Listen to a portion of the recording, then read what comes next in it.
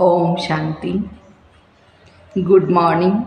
आज 1 फरवरी 2023 के अनमोल महावाक्य सुनते हैं। मीठे बच्चे, तुम्हारी नज़र किसी भी देहधारी की तरफ नहीं जानी चाहिए, क्योंकि तुम्हें पढ़ाने वाला स्वयं निराकार ज्ञान का सागर बाप है। प्रश्न है, उच्च पद के लिए कौन सी एक मेहनत तुम बच्चे गृहस्थ व्यवहार में रहते भी कर सकते हो? उत्तर, गृहस्थ व्यवहार में रहते सिर्फ ज्ञान कटारी चलाओ, स्वदर्शन चक्रधारी बना और शंख ध्वनि करते रहो। चलते फिरते बेहद के बाप को याद करो और उसी सुख में रहो तो उच्च पद मिल जाएगा। यही मेहनत है। दूसरा प्रश्न है, योग से तुम्हें कौन सा डबल फायदा होता है? उत्तर, एक तो इस समय कोई भी विकर्म नहीं होता, दूसरा पास्ट किए हुए विकर्म विनाश हो जाते हैं। गीत माता तू है सबकी भाग्य विधाता। ओम शांति।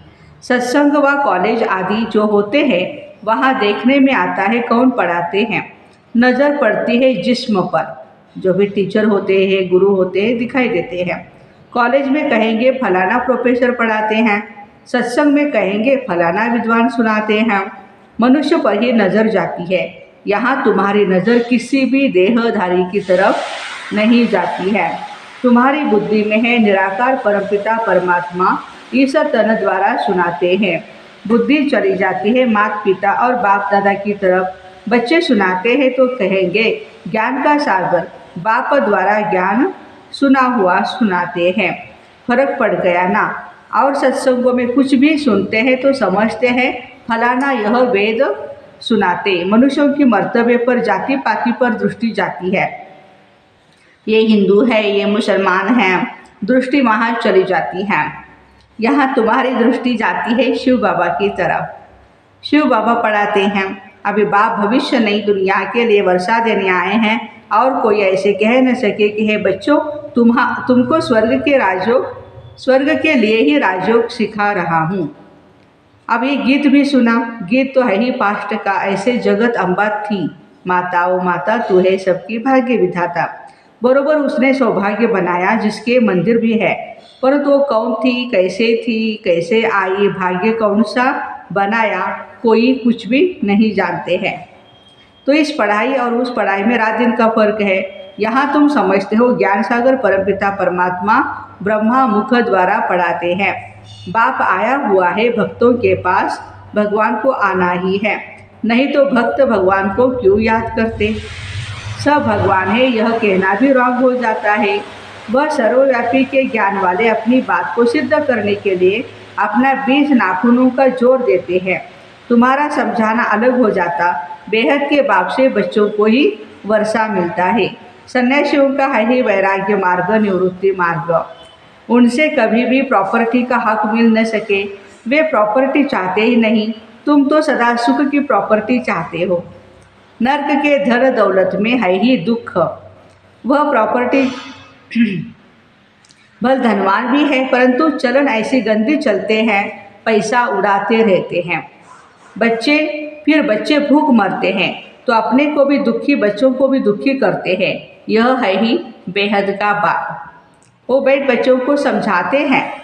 वह तो भिन्न भिन्न अनेक बाप है जिनसे अल्पकाल के लिए वर्षा मिलता है। भल राजाएं हैं, वे भी हद के हो गए। जो भी राजाएं हैं वो हद के हैं। हद का अल्पकाल का सुख है उनको। यह बेहद का बाप अविनाशी सुख देने आए हैं।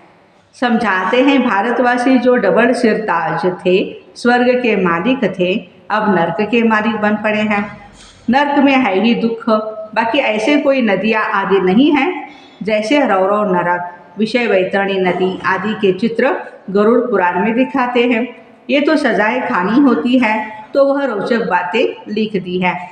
आगे तो जो जिस अंग से बुरा काम करते थे तो वह अंग उनका काटा जाता था। छत्रपति शिवाजी महाराज के समय में भी ऐसे हुआ करता था। महाराज जी ऐसे ही जिस ऑर्गन से उस आत्मा ने पाप किया ना तो वही ऑर्गन तोड़ देते थे। काट डालते थे। बहुत कड़ी सज़ा मिलती थी। अब इतनी कड़ी सज़ा नहीं मिलती। फांसी की सज़ा कोई कड़ी नहीं है, वह तो बहुत ईजी है। मनुष्य अपघात भी बहुत खुशी से करते हैं। शिव पर, देवताओं पर झट बलि चढ़ते हैं। तुम जानते हो आत्मा दुखी होती है तो चाहती है एक शरीर छोड़ जाकर दूसरा ले लेवे। वह अपघात करने वाले ऐसे नहीं समझते। वह तो यहाँ ही एक शरीर छोड़ फिर यहाँ ही गंदा जन्म ले लेते हैं। ज्ञान तो है नहीं, सिर्फ शरीर को खत्म कर देते हैं। उनको ऐसा लगता है कि शरीर को खत्म करने से पाप भस्म होंगे, लेकिन ऐसा नहीं होता है। वो दुख, वो पाप तो आपके साथ आया ही आया। और दूसरा, आपने जीवघात किया, आत्महत्या की, आत्महत्या नहीं कह सकते, लेकिन शरीर की हत्या किया आपने, तो वो भी क्या हुआ, पाप ही हुआ ना। तो दुख के कारण शरीर को खत्म करते, फिर भी दुखी जन्म नहीं पाते। तुम जानते हो हम तो नई दुनिया के लायक बन रहे हैं। जीवघात करने वालों में भी वैरायटी होती है। जैसे कोई कोई स्त्री पति के पिछाड़ी अपना शरीर होमती है।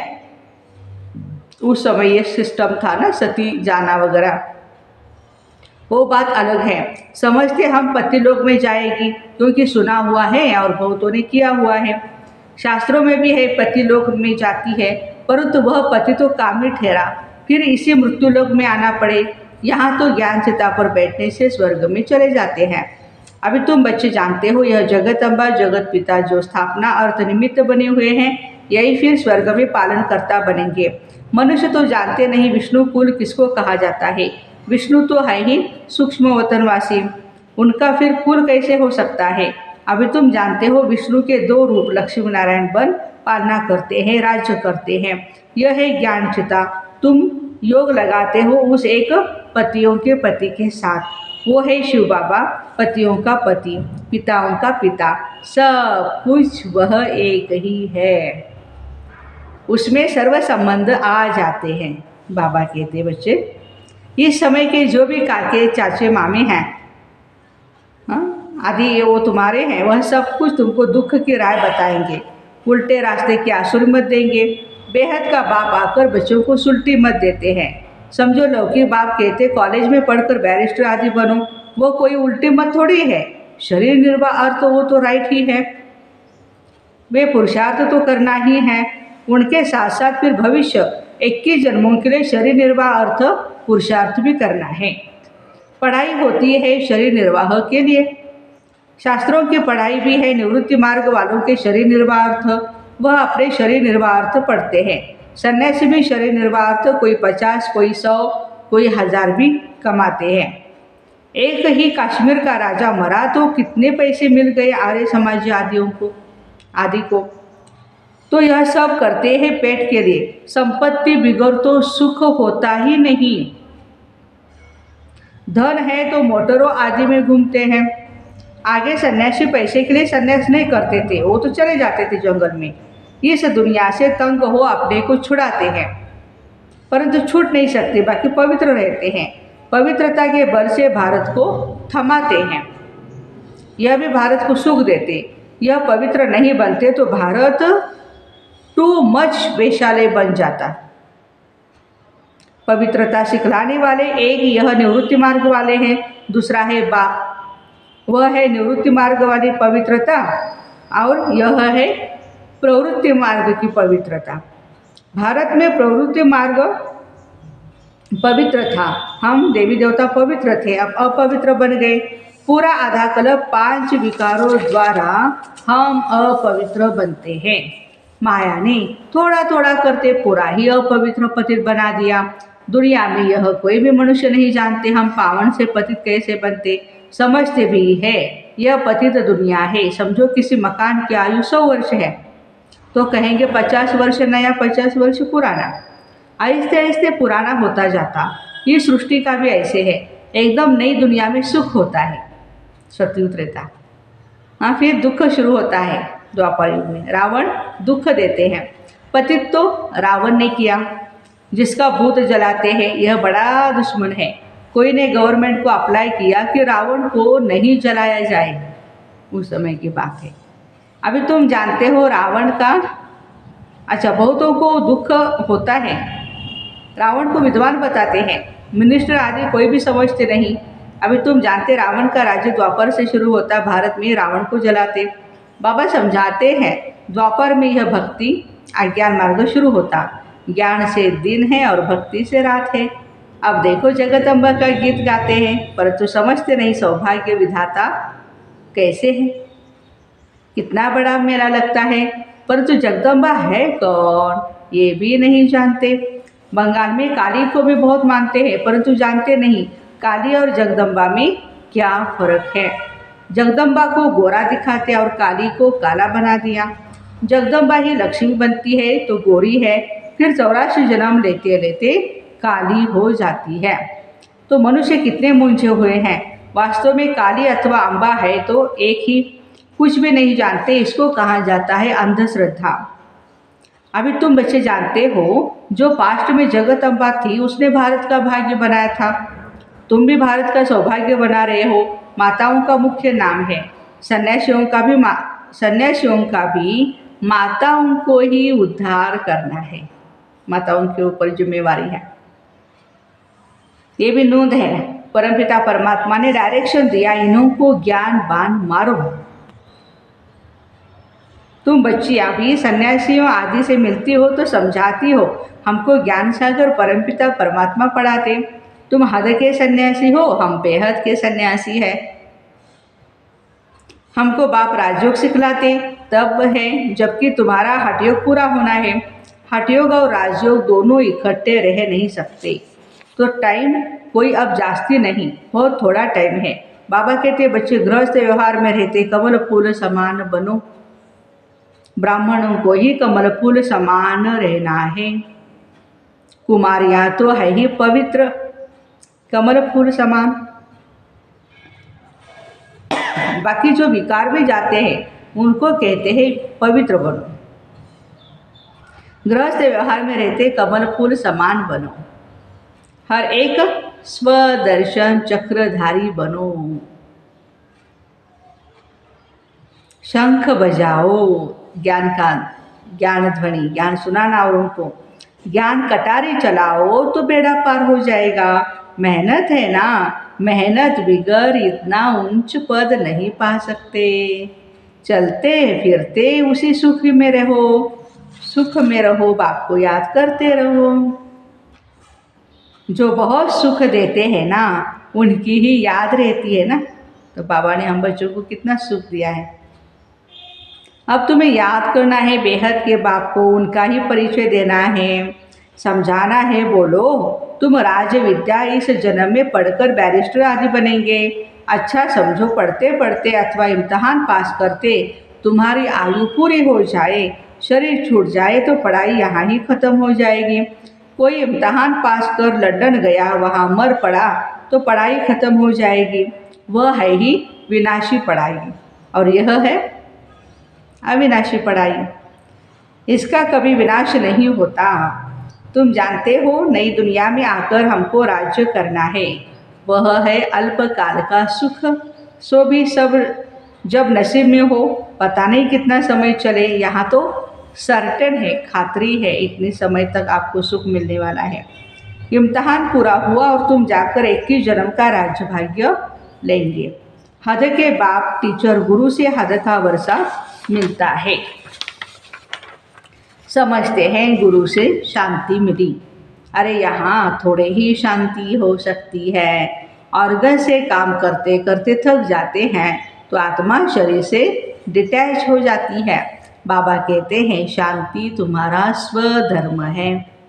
यह ऑर्गन्स है, काम नहीं करना चाहते तो चुप हो बैठ जाओ। हम अशरीरी हैं, शिव बाबा से योग लगाते हैं तो विकर्म विनाश हो जाएंगे।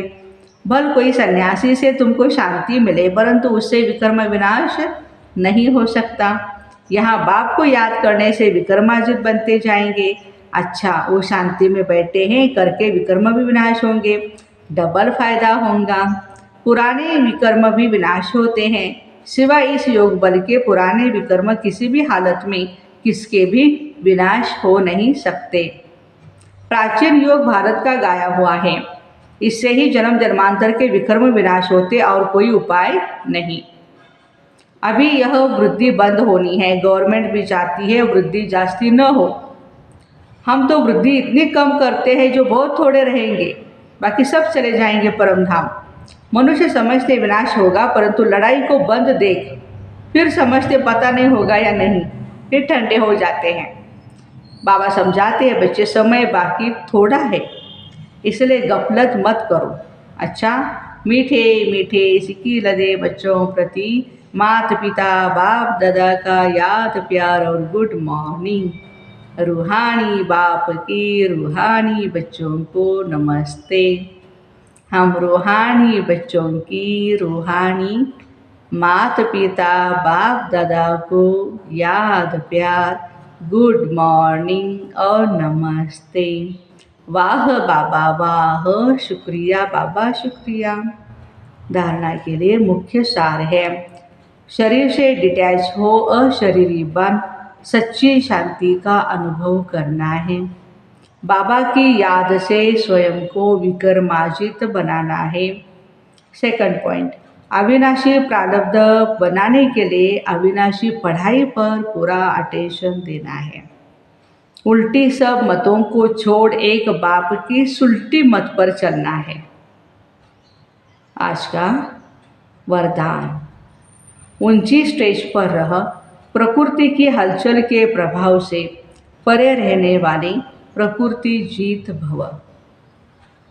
ऊंची स्टेज पर रह, प्रकृति की हलचल के प्रभाव से मुक्त रहने वाले या परे रहने वाले प्रकृति जीत भव। माया जीत तो बन रहे हो, लेकिन अब प्रकृति जीत भी बनो। क्यों? क्योंकि अभी प्रकृति की हलचल बहुत होनी है। कभी समुद्र का जल अपना प्रभाव दिखाएगा,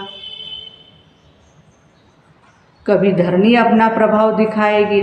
अगर प्रकृति जीत होंगे तो प्रकृति की कोई भी हलचल हिला नहीं सकेगी। सदा साक्षी होकर सब खेल देखेंगे। जैसे फरिश्तों को सदा ऊंची पहाड़ी पर दिखाते हैं ना, ऐसे आप फरिश्ते सदा ऊंची स्टेज पर रहो, तो जितना ऊंचे होंगे उतना हलचल से स्वतः ही परे हो जाएंगे। इसलिए बाबा कहते हैं अपनी स्टेज ऊंची स्टेज रखो। ऊंचे स्टेज पर रहने से कोई भी प्रकृति की हलचल, पृथ्वी आप तेज वायु आकाश पंच महाभूत अभी साथ साथ मिल करके काम करेंगे, क्योंकि इनको पूरी सृष्टि को स्वच्छ बनाना है, साफ करना है। तो इनके वो तो हलचल में आएंगे ही, लेकिन बाबा कहते हैं आप प्रकृति जीत है, आप हलचल में नहीं आओ, उनको सकाश देते जाओ। स्लोगन है, अपने श्रेष्ठ वाइब्रेशन से सर्व आत्माओं को सहयोग की अनुभूति कराना भी तपस्या है। अपने श्रेष्ठ वाइब्रेशन से सर्व आत्माओं को सहयोग की अनुभूति कराना भी तपस्या है। ऐसे ऊंची स्टेज पर रह, प्रकृति की हलचल के प्रभाव से परे रहने वाले प्रकृति जीत भाई बहनों को ओम शांति। Have a nice day.